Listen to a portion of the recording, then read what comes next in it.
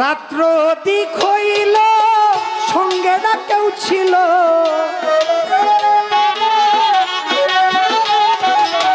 রাত্র দিক হইল সঙ্গে না কেউ ছিল, করিতে গেলেন নবী ইসলাম জারি।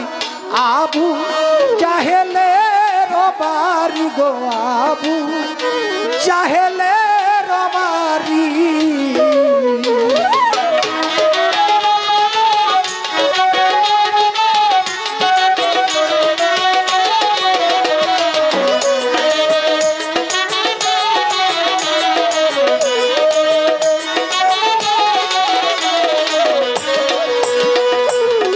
নবী গিয়া চাচা কইয়া ডাকিল, জাহেল দরজা খুলে দিল, নবীকে বসাইল যতন করি।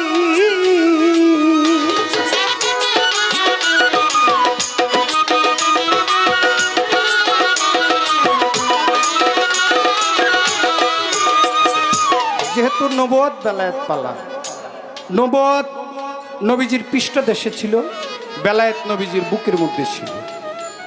এই পালা অনেক মূল্যবান পালা। এখন আপনারা যেই নীরবতা দিতেছেন, প্রকৃতপক্ষে বাউল গানের পরিবেশটা এরকম হইতে হয়। রাত্র অধিক হইল সঙ্গে না কেউ ছিল, করিতে গেলেন নবী ইসলাম জারি। আবু জাহেলের বাড়ি। আবু জেহেল আমার নবীজির পাড়াতো চাচা ছিল।